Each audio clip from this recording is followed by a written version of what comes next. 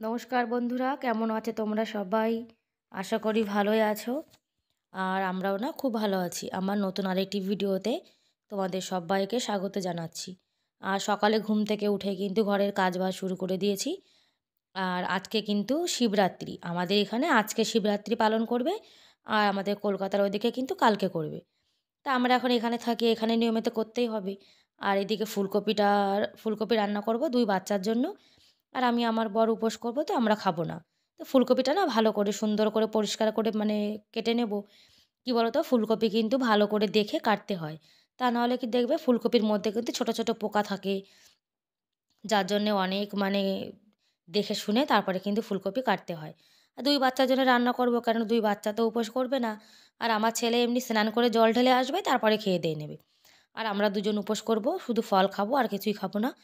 তা বন্ধুরা, যারা এখন ভিডিওটি দেখছো তারা প্লিজ একটা লাইক করে ভিডিওটি কন্টিনিউ করো। আর আজকে আমি আমাদের এখানে যে শ্যামজি আছে, মানে রাজস্থানে যে খাটু শ্যামজির মন্দির আছে, সেরকম শ্যামজি আমাদের এখানে একটা আছে। সেই শ্যামজির মন্দির, আর আমি শিবরাত্রির উপোস করে যেভাবে ৩ জায়গায় শিবের মাথায় জল ঢেলেছি, আমি শিবরাত্রির উপোস করে যা যা করেছি আজ, সেটাই তোমাদের সঙ্গে শেয়ার করব। আর ভিডিওটি কিন্তু তোমাদের ভালো লাগবে, সেই জন্য অনুরোধ করছি প্লিজ ভিডিওটি ফার্স্ট থেকে লাস্ট পর্যন্ত দেখো। তোমাদের আশা করি খুব ভালো লাগবে। আর ফুলকপি আলুর ঝোল করব দুটো বাচ্চার জন্যে, যাতে ওদের সকালে আর দুপুরে হয়ে যায়। আর একদিকে ভাত বসিয়ে দিয়েছি, কেন কারেন্ট নেই তো, যার জন্য ভাতটা কিন্তু গ্যাসেই বসিয়ে দিয়েছি। কারেন্টটা না কখনো ঠিক থাকে না, কখনো সকালে থাকে আবার কখনো থাকে না।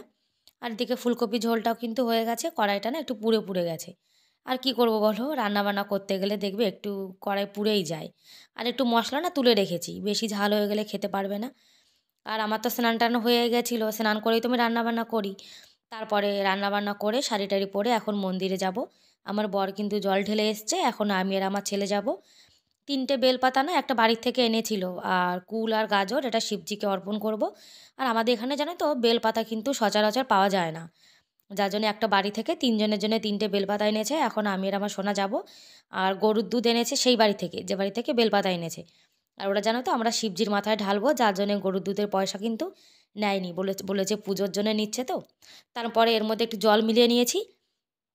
তা ভাবলাম লোটায় করে নিলে আবার রাস্তা দিয়ে পড়ে যেতে পারে, যার জন্যে কেটলিটার মধ্যে না ঢেলে নিচ্ছি। কেটলিতে আটকানো থাকলে তাহলে দেখবে দুধটা কিন্তু পড়বে না। আর এভাবে নিয়ে গেলে না অনেক দূরে রাস্তা তো, আমার হাত থেকে পড়ে যাবে। আমি আর আমার সোনা যাব হেঁটে হেঁটে। ওখান থেকে এসে তারপরে বাড়ির পাশে একটা মন্দির আছে, যেখানে মেলায় গেছিলাম একদিন। আবার সেই মন্দিরে একটা শিবজি আছে, বাবা মোল্লারনাথ, সেখানে যাব। তার কেটলিটা ছেলের হাতে দিয়ে দিয়েছি, বলছি সোনা চলো আমরা দুজন চলে যাই। আর ক্যামেরায় নিয়ে যাচ্ছি না, কেননা মন্দিরে অনেক ভিড় হবে তো, যার জন্য। আর মন্দিরে জল টল ঢেলে তারপরে বাবা মোল্লানাথের যে মন্দির, সেখানে চলে এসেছি। আর কী বলো তো, গ্রামের মধ্যে যে শিব মন্দির আছে, সেই শিব মন্দিরে না অনেকটা ভিড়, যার জন্য সেখানে ভিডিও করিনি, সেখানে জল টল ঢেলে চলে এসেছি আমরা দুজন। আর এখন বাবা মোল্লারনাথে এসেছি, এখানে যে শিবজির মন্দিরটা, এখানে দেখো কেউ কিন্তু নেই। তা আমার না অনেক দিনের ইচ্ছা ছিল বাবা মোল্লারনাথে একটু জল ঢালবো, যার জন্য এখানেও চলে এসেছি। আর শিবজি তো সব একই, এক জায়গায় ঢাললেই হলো, কিন্তু কি বলতো, এটা মনের ইচ্ছা। আর আজকে কিন্তু আমি ৩ জায়গায় শিবজিতে ঢেলেছি। এই যে আমার সোনা বলছে এখন ওর জল ঢালবে। ওই মন্দিরে অনেক ভিড় ছিল তো, যার জন্যে ভিডিও টিডিও করতে পারিনি, আর আমার ছেলে অনেকক্ষণ জল ঢালতে পারেনি। আর বলছে কি আমি এখানে শিব মন্দিরে যেয়ে আমি শিবজিকে অনেকক্ষণ ধরে জল ঢালবো। আমি বলছি ঠিক আছে, তুই বাবাকে অনেকক্ষণ ধরে স্নান করাস।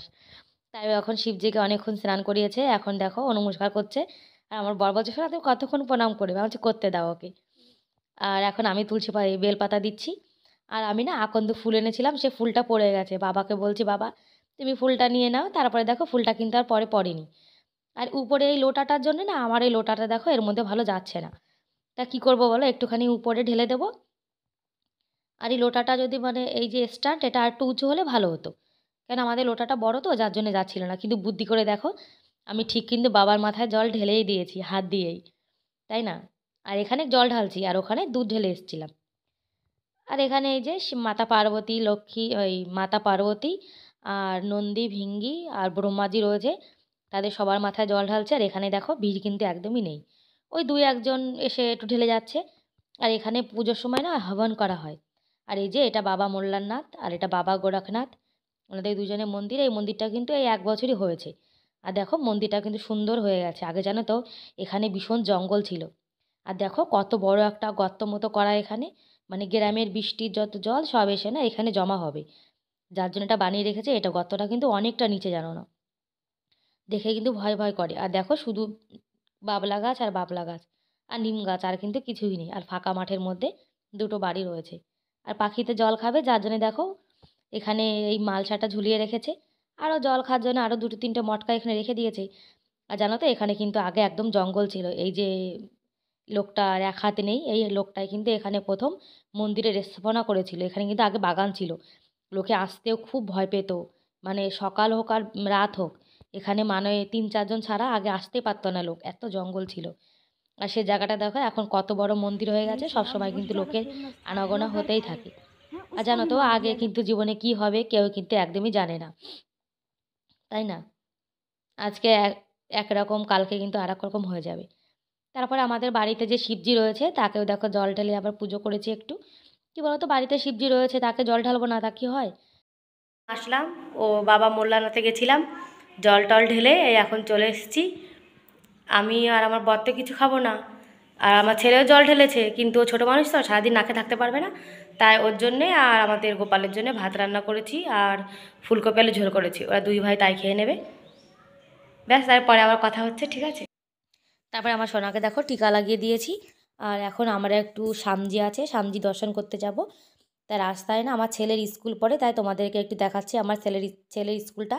এই দেখো আমার ছেলের স্কুল একদম রাস্তার পাশে, আর চারিপাশে কিন্তু মাঠ। এই স্কুলটা কিন্তু নতুন হয়েছে, এই 10 বছর হয়েছে। আর এই দেখো কত সুন্দর ছোট ছোট গাঁদা ফুলের চারা হয়েছে এখানে। আর এই পাশে গার্ডের একটা ঘর আছে। স্কুলের গ্রাউন্ডটা কিন্তু অনেক বড়। আর এই মাঠে কিন্তু খেলে খেলে আমার ছেলে একদম ড্রেস নোংরা করে নিয়ে আসে। আর এই যে স্কুলের নামের যে বড় বোর্ডটা এখানে টানানো রয়েছে। আর ভাবছিলাম যে এখান থেকে যাচ্ছি তোমাদেরকে দেখাই আমার ছেলে কোন স্কুলে পড়ে। এই স্কুলটা কিন্তু খুবই ভালো।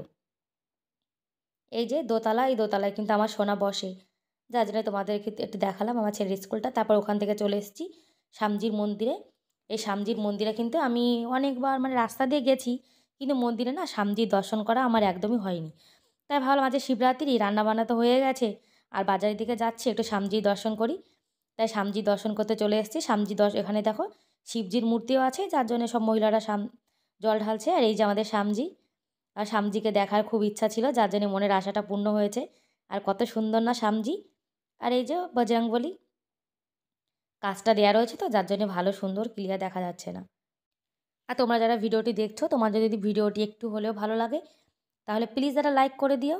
আর আমার চ্যানেলে আজকে যারা নতুন ভিডিওটি দেখছো, এখনও চ্যানেলটিকে সাবস্ক্রাইব করোনি, তাদেরকে অনুরোধ করছি প্লিজ আমার চ্যানেলটিকে সাবস্ক্রাইব করে আমার এই ছোট্ট পরিবারের পাশে থাকতে পারো। আর যারা করে দিয়েছো তাদেরকে অসংখ্য ধন্যবাদ। আর যারা আমাকে কমেন্ট করো তাদেরকেও অনেক অনেক ধন্যবাদ জানাচ্ছি।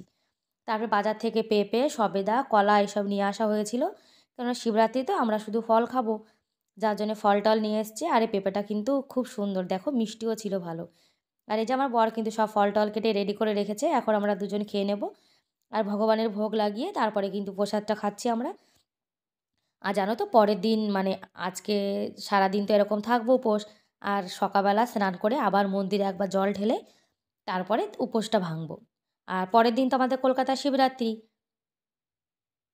আর বন্ধুরা এটা কিন্তু পরের দিন সকালে, মানে আজকে এই যে ভিডিওটা আমি দিচ্ছি এটা কিন্তু আজকেরই ভিডিও, মানে এইটুকু থেকেই।